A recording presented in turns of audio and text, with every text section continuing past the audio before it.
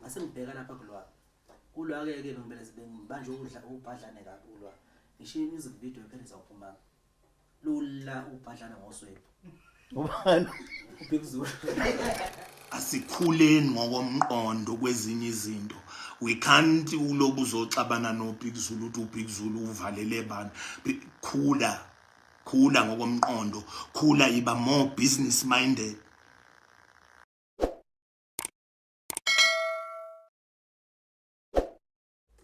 ngase ngibheka lapha kulwa ke ngibele ngibanje udla ubhadlane kabi ulwa ngisho music video phela izawuphuma lula ubhadlana ngoswephu ubani Big Zulu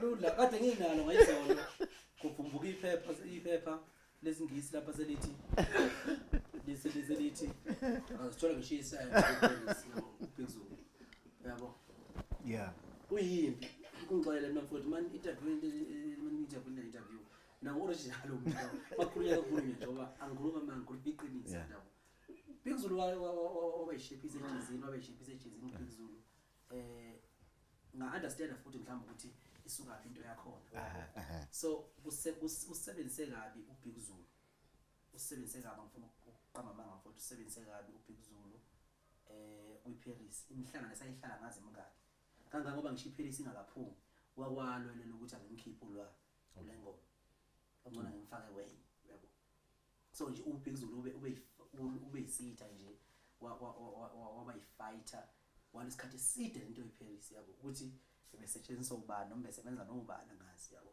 kodwa uyena bevela so lokho khoyeletheni ngisho imusic video eParis ungabibikho because makubethi makufanele sambe siyoshoot music video eParis bese ushuthela eParis phela phesheya eFrance njengoba edlala amabhokobhoko noma kufanele nasibe seFrance lapho nolwa yonke lento ya collapse uyabo saba nje nezinto nje uyabona nento eziningi kodwa ngingababekezelela so kubuya vele lesikhathi lesi bengingaselula ukuthi ngasebenza nolwa mhlawumbe sengasebenza naye ngelinye kodwa bengaselula manje ngoba bese kufanele ngiprove manje lo Big Zulu ukuthi hayibona Big Zulu ngiyabona bese kufanele ngiprove lo ubhadlana manje ukuthi no ikhadla la mina akuyona into ecabangayo ngiyabona inkozi phela ngiyabona ingakho ukuthi mayiphuma igushi idla abantu wayihudula wagonyuluka lapha but hayi siyababongela ngiyabona wangibongela ngabonga futhi yabo kodwa uyazi ukuthi umhlukumeze kakhulu umfowethu Big Zulu and liyanda ngangayilindele umuntu ofana naye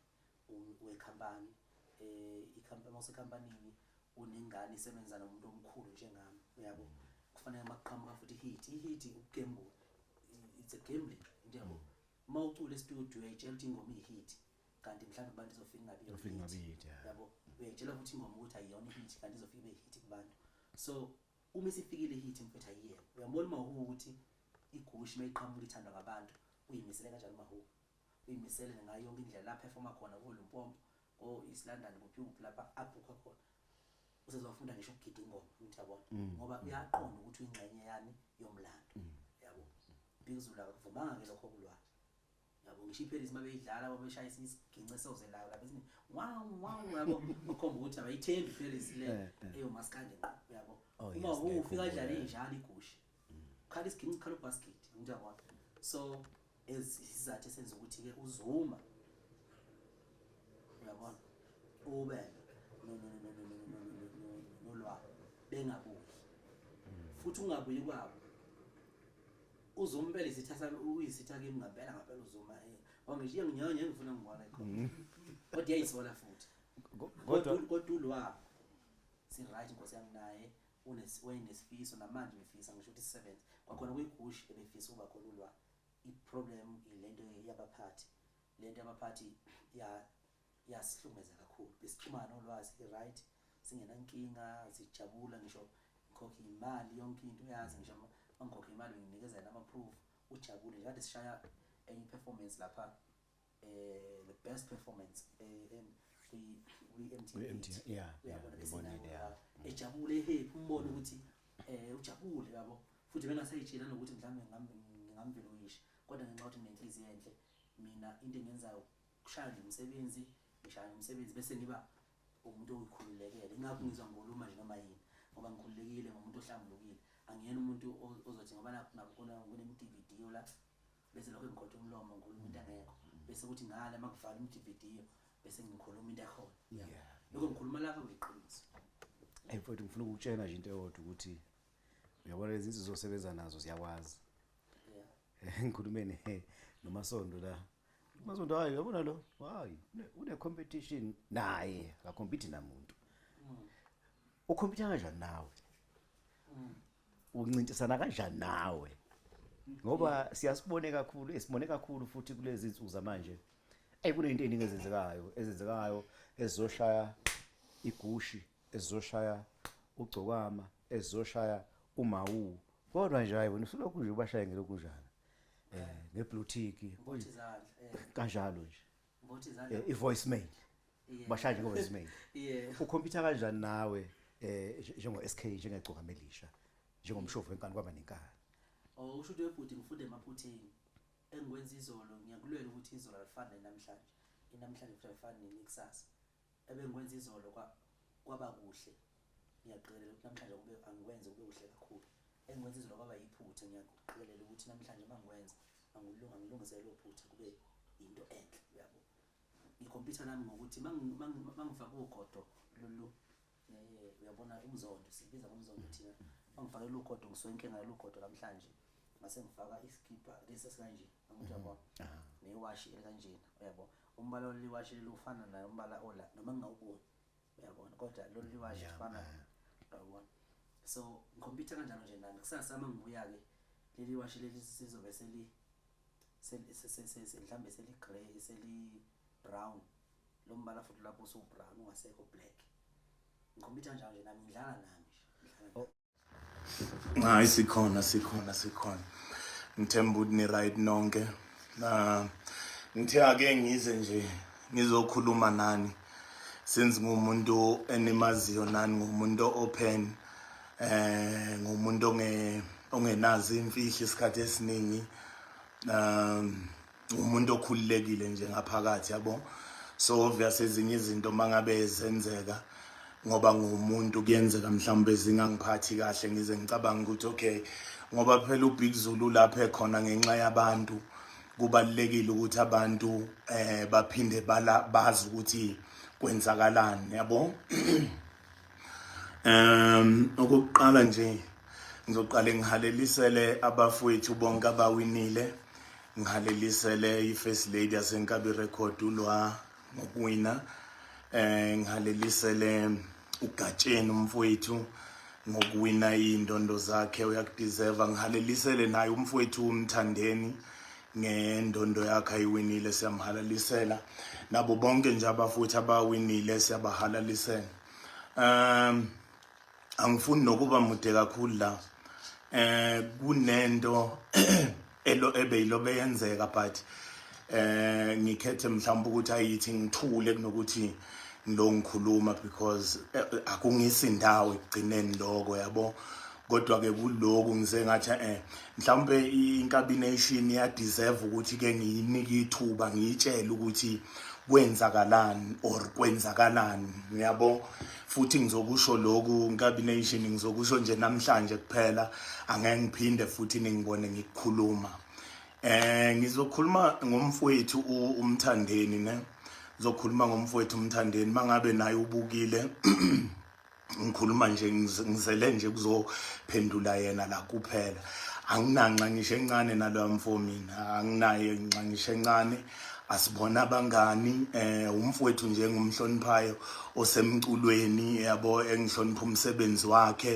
uyabo ngoba even nanoma engifonela ecela ukuthi ucela ukuzosebenza nolwa wafonela mina straight wangicela I know abanye beni bebazi ukuthi mina naye azizwani but ngathi mina kunankinga mfowethu if ufuna ulwa ngafonela eoffice ngathi ngicela nithathe ulwani imhambise ayosebenza noMthandeni angisibona isidingo sokuvimba ingane ukuthi ikhule yenza izinto ezifunayo naye umfowethu uMthandeni ukuthi asebenze nolwa asasingekho isidingo sokuthi ngimbambe even if mhlambe abanye bende think azwani why ngamnika ulwapho if mina naye sasingazwani, it's because ayikho into personal kimi naye. Uyangiunderstand ngokwazi kwami. Umfowethu ngiyamhlonipha, even noma ngihlangana naye emashowini siyakhuluma sixoxe sincoke ngimtshele ngithi uyadelela kanje singcokele siphume lapho, you understand.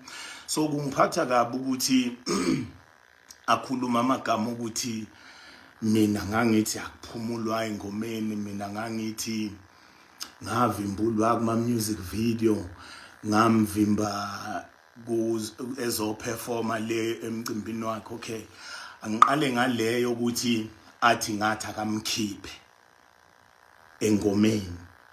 Lento ayishoyo ukuthi ngathi akakhiphulwa engomeni ngayisho yes ukuthi akamkhiphe, but ngangishiso yini mawukhumbula iParis wayecula ngombayimbayi uMthandeni kwiParis, wayethi ngizokuthengela umbayimbayi kuParis, efake ulwa kuleyo ngoma leyo, yabo. Ngase ngithi mina ngoba manje wena ngizothi usebenzisa ingoma yombayimbayi ngaphandle kwemvumo ye office lethu noma lewona, awuyitholanga phela imvumo yokuthi wena uthatha umbayimbayi usebenzise ngendlela yakho, we understand. So manje if mina ngikunikeza ulwa wena umfaka kuleyo ngoma yakho ucula ngombayimbayi kuyo, it's more like saying mina ngiapprovile leyo nto leyo ukuthi wena uthatha ulwa umfake engomeni ecula ngombayimbayi ethi ngizokuthengela umbayimbayi. Ngizothini mina ioffice mase bengibuza ukuthi hawu Zulu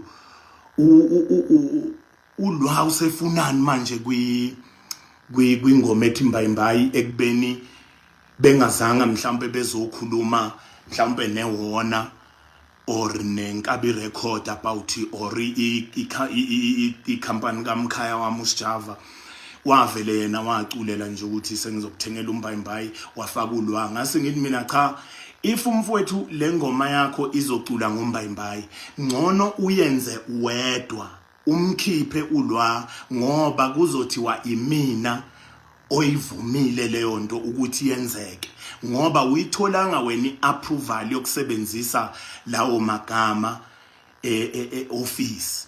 So ngicela ukhiphe ulwa kuleyo ngoma umfake kwenye ingoma yakho, not ukuthi ngathi it's umkhiphe umfake kwenye ingoma, noma ushintshe lama lyrics athi sengizokuthengela umbayimbayi. If ungashintsha ama lyrics lawa athi sengizokuthengela umbayimbayi, then it's fine, kulwa angaqhubeka. But if wena uzocula ngokuthi sengizokuthengela umbayimbayi, ioffice lizongibuza lithi mina ngivume kanjani, ngimfake kanjani ulwa engomeni esho kanjalo, it's more like ngiapprove. So ngase ngithi kumfowethu mina buti ngendlela right ifuna ngangikhuluma naye efonini, ngikhumbula kahle ngangisuka eSwaziland, sikhuluma nje clean futhi kukuhle. Ngaze ngachaza even nakuyena ngathi buti lokhu ngikwenzela ukuthi bangabe sebekujahe emumva ngenxa yokuthi awuwatholanga ama rights ukuthi wenze leyo nto leyo, but mawunolwa phakathi kwamina ngizongena enkingeni sekutheni yimo iapprovile ukuthi ucule ngombayimbayi uqeda ufaka ulwa phakathi. Ngaze ngithi mina ngicela ashintshe ulwa amfake kwenye ingoma, noma ashintshe lamagama athi sengizokuthengela umbayimbayi afaka amanye, then ke bese beqhubeka nolwa. So I guess into ayenza washintsha amagama malawa kambayimbayi, basebenza iParis yabo yamnandi, kwayingoma enkulu eSouth Africa, sayithanda futhi sonke. Ngidlulileke kuleyo. AS2 eyani, okay, AS2 eyomcimbi wakhe wase, I think bebe celebrate ingoma yeParis or something. AS2 into eyenzeka umfowethu uMthandeni akazange ulwaba fowethu usayiniwe, ezesayiniwe kune office, not even uBig Zulu, kune office not uBig Zulu yes mina ngumphathi wa inkabi record kunento eningi nami engingazazi ekunabantu abaqashiwe ukuthi bazenze ngoba bazazi kangcono kunoBig Zulu. Kune office elithatha ama bookings kaLwa elenza yonke into for uLwa. So now into eyenzeka lapha uMthandeni or whoever ngazi wakhuluma noLwa direct ngokucabanga kwami bakhulumisana bona mhlawumbe bavumelana ukuthi uLwa uzoza laba benza khona ishow yabo. But now into iba sekutheni uLwa kufanele if uMthandeni emtshela leyo nto uLwa bese mhlawumbe etshela ioffice ashe officeini ukuthi cha uMthandeni ungicelile ukuthi ucela ngize emcimbini wakhe kuphi. Angithi uyayibona lonto leyo ebese ioffice lenzani ke lona lithatha lilokha idate le ulo uMthandeni ayicelile which is mhlawumbe ku wrong phela ukuthi yena akhulume noLwa straight kodwa ke if usekwenzakele kusuke sekwenzakele uLwa ashe officeini ukuthi uMthandeni ungicelile ngedate nje ebese ioffice lilokhi date libhale mhlawumbe eceleni kwaleyo date leyo ukuthi ngelanga eliso uLwa uzobe kuphi uyabo so that angezokuphazamiseka uLwa na kukhona nokuthi kuphume imoto etransport imhambisa udriver athole no ahambe no DJ wakhe because one thing ekumele nikwazi uLwa uno DJ uno driver na wonke umuntu omsupportayo ahamba naye amnikwe ioffice. Angithi uyabo so manje uLwa angazi ke noma wayemtshelile noma akamtshelanga but ioffice la lingazilutho ngaleyo nto leyo. So ioffice into elenzayo because mhlawumbe usisulwa akazange akhulume mhlawumbe eofficeini ukuthi kunomcimbi ioffice liyaqhubeka mhlawumbe lithatha amanye lithatha amashow ebese kwenzeka ukuthi uLwa unomcimbi mosi mhlawumbe le kuMthandeni but now ioffice alazi ngalo mcimbi loyo lona lenzeni lithathe amashows lawa enzeni abhadala ama deposit enze yonke into ebese lifika ilanga nanguLwa uyathathwa bayahamba ke bayele emashowini abo njengenjwayelo every weekend bahambele baye emashowini bayosebenza babuye futhi then ebese kufika ke sekuthi uLwa akafikanga kuphi eshowini kaMthandeni ubani obazi ngeshow kaMthandeni eofficeini akekho waziyo. So first thing efikayo ukuthuka uBig Zulu ukuthiwa uBig Zulu uvimba ingane Big Zulu uvimba ingane ayikhona ngemdletsheni enxa kaBig ngisuke ngingazi nix ngisuke ngingazi lutho ngisuke ngingatshelwanga nix because mina ngihlezi ngisho ngithi if Lwa kunezinto ofuna ukuzenza uyasho wena then utshela ioffice likhona ukuyibhala phansi leyo nto ukuthi uLwa ngesikhathi ngelanga eliso uzobe sendaweni kanje so that ngelanga ngempela udriver wakhe nebus baphume ne DJ bahambe baye lapho mhlawumbe umfowethu uMthandeni ababize khona bayojabula babe bonke aqhubeke nje yonke into ibe right. But now mina as uBig Zulu ngisuke ngingazilutho ngisuke ngatshelwanga lutho ngine office nami engibhukhwa kulona nami abafowethu bayazi abafowethu enginokubenzela ama favor ufonela mina Big Zulu umfowethu bengicela uzongisiza ngelanga eliso first thing engiyenzayo ngiyafona eofficeini ngisho ngithi bafowethu kunomfowethu ongicela ukuthi ngizomsiza ngelanga eliso ngicela nikwazi lokho nikubeke nje kule date le bakubeke ngempela ke dateini ukuthi hayi uBig Zulu ngelanga eliso khona umuntu ombizile kuphi uzoqala khona whatever shows amanye abawathathayo even if ishow leyo ayibhadali because it's no ama favor ekugcineni you understand even if ayibhadali then ngihambe ngifike ngenze lento engiyoyenza like izolo bengile emcimbini oJazz ilonje oJazz elikhulu in Danhauser bengishilo ngathi ngelanga eliso ngizoyosupporta abafowethu babhala phansi uyabona. So inkinga kufana khona umfowethu omunye futhi obefake ulwa ensukwini nje. Umfowethu ke mina ngiphila naye, ngiphile naye isikhathi eside, bemfakile ulwa kumcimbi wakhe. Mangihlangana naye ku-event ngiyambuza ngithi webhuti, ngibone ulwa kwi-event yakho, ukhulume nobani about ulwa njengoba ezoza ku-event yakho? Wathi hayi ngikhulume naye direct. Futhi ke ngibizwe uye ulwa, wathi ulwa mphathi wozobona. Ngithi ngibonani? Ozwa ngidonsa ngesandla saya, I think behamba ngemoto ngebus, umfo loyo wangihambisa khona. Mayefika wafika khomba iposter, wathi hayibo bheka bangifake ku-poster.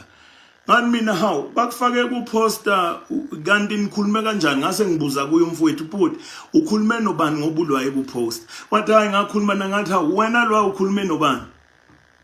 Ubatshelile naye office, because yinto ebalulekile. Hayi ukuthi utshela uBig Zulu, ukhulume office, inkap record ne office elikhulu. Futhi ubatshelile naye office ukuthi umfowethu ucelile ukuthi uzomenzela ifavor. Hayi angibatshelanga. Ngase ngisho ke kubhuti ngathi mfowethu nansi into eyinkinga ke la. You see njengoba wena ukhulume nolwa, ulwa akashonge officeini. E-officeini bathatha ama-shows ngoba batshela ukuthi i-date le isese free. Bathatha ama-shows. Lifikile ngale event yakho, ulwa uze kuthiwa uperform eCape Town, ulwa uze kuthiwa uperform eThekwini kuphi. Akasakhonanga ukufika eshowini yakho. Kanjani? Ngenxa yokuthi bese bookiwe kwezinye indawo, nina anizange nifake i-date yenu e-officeini. Hayi kuBig Zulu, e-officeini lenkabi record. So ulwama sengasafiki, first thing enenzayo nini? Hayi uBig Zulu uvimba ingane, Big Zulu uvimba ingane ayifikanga kuphi. Akusiyi, angazi lutho mina. Into engiyishoyo ukuthi kube i-date beyibhalwe officeini phansi, ulwa bezofika noma kanjani lona leyo. Bezofika noma kanjani, but ngoba beyingabhaliwe phansi abayirepotanga e-officeini. Not kuBig Zulu ayirepotwa kuBig Zulu, irepotwe office. Ebese i-office libhala phansi ukuthi ngalelanga ubani uzobe kuphi. Angaze ngibe nenkinga mina nalezo zinto lezo. Abafowethu bomaskandi ngiphile kakhulu mina nabo. Maskandi ngilalele kakhulu, ngiyahlala futhi nenkabi zomaskandi eside isikhathi sixoxe. Kwayena umthandeni mina angina naye, ngithi mangihlangana naye sixoxe sincokole ngiphume kuyena. You understand? So zonke izinto akhulumayo angizazi kwakuthi ngenaphi kuzo, obese ngiza kwe music video. Neyo music video angiyazi. Angaze ngitshelwe ngomusic video weParis mina. Mhlambe ngisho i-office, ungabuze e-office, akekho noyedwa wazi ngomusic video kaMthandeni. UMthandeni benayo ulwa, bagcina nje kuba ngazi kwenzakalani phakathi kwabo bobabili, kwalahlekelana i-communication mhlambe phakathi kwabo boyi-2, but angazi lutho mina. UMthandeni wakhona ukungifonela esacela ulwa ukuthi eze studio, nami ngafonela umfowethu ngathi ngicela uthathe ulwa umhambise studio. Benza ingoma emnandi, benza ingoma ye-South Africa, yonke South Africa yayithanda ingoma yankulu. Kodwa mase benze ezinye izinto zokuthi kunama-show kuphi, bese ngasangitsheli ukuba uMthandeni wafonela mina ngqo wathi Big Zulu bengicela ulwa ezemcimbini wami nini. Mina first thing ebengizoyenza bengizofonela i-office ngithi bafowethu uMthandeni lapho ucela ulwa ukuthi ucela ulwa azomeseka emcimbini wakhe. Ebese ke ibeyibhala phansi ngelanga imoto ithathulwa no DJ bakhe uEve kumele ahambe nolwa baye emcimbini kaMthandeni, kufike kuperformwe kube mnandi, ulwa abuyela hamba yosebenzela kwezinye indawo. Angithi uyayizwa lona. Naku music video same thing, ukuba umfowethu uMthandeni njengoba khona ukungifonela mhlambe esacela ulwa afona athi Zulu mfowethu sishutha music video ngelanga eliso. bengiyokhuluma naye ulwa nangumthandeni uthi ucela ngishoot music video ngelanga eliso ebese mhlambe ngibatshele officeini ngithi umthandeni uthi ucela ulwa ngelanga eliso bayoshoot music video office benzeni balokhe leyo date leyo ukuthi ulwa ahambe bampreparele whatever kumele ayiprepare for music video ahamba ayoshootela music video.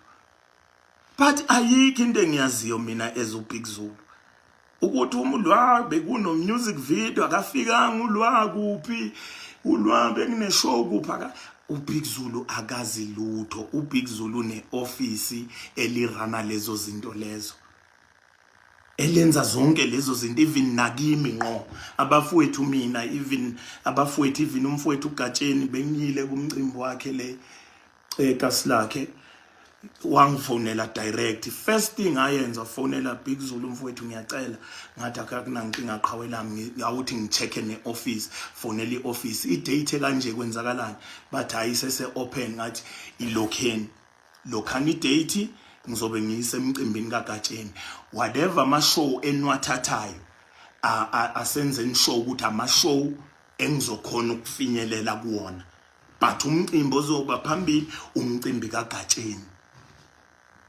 ukuze angathi umfowethu uGatsheni mayecela ifavor kimi sengiyasuka mina ngiyathula ngithi okay mfowethu akunankinga ngingalitshela ioffice. I-office izothatha ama-shows kaBig Zulu ifike ilanga lama-show uBig Zulu thi uye Cape Town Big Zulu yaku Big Zulu eZimbabwe Big Zulu angisafikanga emcimbini kaGatsheni abantu sebephoxekile kodwa bengikhona ku line up. You understand? Even kwamina mangabe ungibhuka sine office enkabi record. You understand? So into za Ndlunkulu ulwa nomthandeni angizazi. Umfowethu ngakhuluma naye mina esafuna ulwa saxoxa even indaba yeParis bekwenzakalana ukuthi ngathi ulwa kaphumi. Uyalazi iqiniso lokuthi ngathini. You understand? Unali uyalazi iqiniso lokuthi ngathini. Why ngisayixoxa intende saze sabonisana ngam explainela ukuthi kungani ngisho njalo. You understand? So angiunderstand mangabe umfowethu ese vela khulume ngegama lami ngabhlungu akhulume nje hey Big Zulu this Big Zulu ngivalele ngakunekulwa ngenhliziyo emhlophe wayosebenza naye namthuka nagcina la nifuna khona nenza ngendlela enifuna ngayo uBig nami nangithuka nenza izinto zeni nobabili ni communicate noyithuno lwani ngangifaki ningalifaki ioffice mase izinto zenzeke wrong ngendlela yenu you come back into uBig Zulu. Mina I take care of all. I take care of ama artists asenkabi record. Wonke umuntu osebenza enkabi record mina ngiyamnakekela. Ulwa ulapha ekhona ngenxa yokunakekela. Uxolo ulapha ekhona ngenxa yokunakekelwa. Umdu lapha ekhona ngenxa yokunakekela. Zonke lezi ingane ngithathe phansi ngakhula nazo ngenxa yothando ukubonisa uthando. Ngazenzela yonke into ayikho into engingabenzeli yona. Ezingane ngiyabenzela yonke into. Yes, they happy, but drive imoto bathile makubo because of inkabi record, not uBig Zulu nje eyedwa. Inkabi record ine team, inkabi record ine team ebhadalwayo leyo team futhi. They get paid bayabhadalwa every month. Inkabi record ino driver inabantu abaza angazi lutho ngama computer mina. Kunabantu abasebenza eofficeini. Nabantu abasebenza ngama bookings. No driver, no DJ. Kunayo yonke into engabi record. And bonke labo bantu they get paid. Ezinye izinto angizazi, ezinye izinto azikho emandleni nami. Angenzi yonke decision for ama artists asenkabi record. Kune office elenza ama decision inqumo. Ukuthi lezi ingane zibe right. Ukuthi ulwa abe right empilweni. Kusenkabi record kwi-team yasenkabi record ukuthi let them fight for ama right wakhe ekugcineni kungathiwa ulwa walimala la ulwa kanikezwanga lokhu ulwa bakhona uMthandeni kwathi kumele ayohlala phansi neoffice about ama split elo eParis waya wahlala nabo but wathi ucela kuze mina eoffice and mina no but mina angidingeke office because into zama split namba abantu base officeini yiba basenzayo they have to take care of yonke into kalwa uyabona ama artists asenkabi record wathi yena cha ucela ngibe khona ngamhlonipha ngadriver ngaya khona ngafike ngahlala futhi naye phansi safike sakhuluma yonke into wagonyuluka nje naye ngendlela efuna ukukhuluma ngayo sakhuluma kwamnandi yonke into baphuma bevumelene baqhubeka ke futhi wadila neoffice naye waletha abantu bakhe badila neoffice lethu kwa right kwa clean yonke into. So I don't understand sometimes mangabe eseqhamuke sefaka igama lami esekhuluma ngegama lami kabuhlungu esethi uBig Zulu wenze lokho uBig Zulu ibuzana music video weParis kuBig Zulu ngingenaphi mina kuma music video amaParis ngoba ngazi lutho kwa officer lazi lutho ngomusic video weParis mina bengawujabulela umusic video weParis. The song was big isenkulu namanje bayayithanda abantu, we understand. So why ngizovimba lokho? Ngavuma abantu bazuthi mina nayazwani, ngavuma ngathi akahamba ayosebenza noMthandeni. Namhlanje ngiyena lo muntu loyo mina okwami nje ukwenza sure ukuthi ingane zi right. Isine office elikhulu, ioffice elenza yonke into, elirana yonke into for ingane. Not ukuthi everything indlula ku Big Zulu, everything indlula ku Big Zulu. Kune office nami ngiartist okokuqala eNkabi record. Enye into ekumele niyazi, ngiartist okokuqala nami eNkabi record, ngiyabhukhwa ngithatha into ngise officeini, office ke mangabize kimi straight ngise office, ngiyabhukhwa nje straight. You understand? Yes, bakhona abasithukayo la bakhulume the way bethanda ngakhona. Abanye abantu vele phela lento yama social network le ibenza babona ngathi bakhona ukwenza yonke into, bazasithuka nje bakhuluma uma ithanda, bakhulume the way uzobona nama video azobenziwa la kusasa ngalento engiyikhuluma la. Abanye sebekhuluma behlaziya, umuntu ahlaziya into engekho, hlaziya into engekho. Sekuyisikhathi eside ngilo ngibuka abantu behlaziya la, ulwaka afika ngakuphi sekuthiwa uBig Zulu kuyahlaziwa. Ayikho leyo, yekani ukukhulisa whatever lento yeni yama numbers ngamagama ethu.